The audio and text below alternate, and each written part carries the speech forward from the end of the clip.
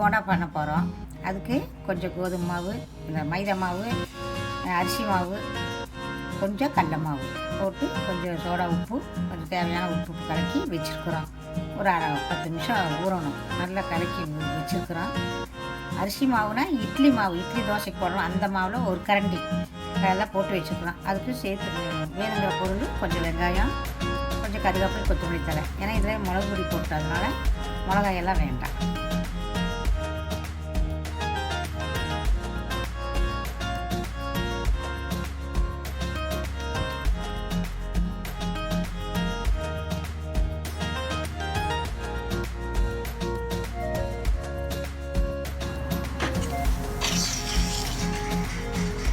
மாவில் கொத்தமல்லி தழை, கருவேப்பிலை, கொஞ்சம் வெங்காயம் எல்லாம் போட்டு நல்லா கலக்கணும்.